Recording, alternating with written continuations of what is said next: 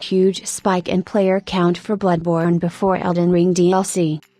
With the release of the brand new DLC for Elden Ring, players returned to an older From Software classic. While players were waiting to get lost in the shadow of the Red Tree, they returned to Bloodborne. Bloodborne has always had a huge cult following and has surged back in popularity even 10 years later.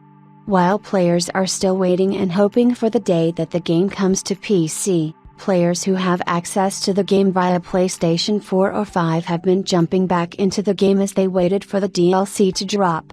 A report from True Trophies found that Bloodborne's player count had spiked by a whopping 57% and even spiked by 11% once the DLC had officially dropped. This put Bloodborne back on the leaderboard and was that week's 65th most played PlayStation game. If players weren't sinking time into Bloodborne, there was also a rise in popularity for Dark Souls 3 during the wait for the Elden Ring DLC.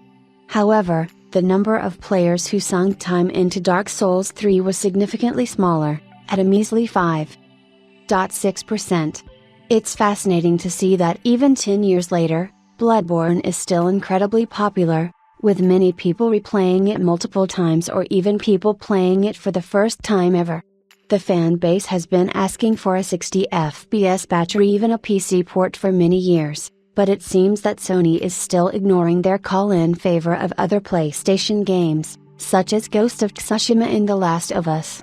Whether Sony will ever release the rights of Bloodborne back to From Software remains unanswered, and fans can only continue to hope and pray that a Bloodborne PC port will be announced at some point in their lifetime.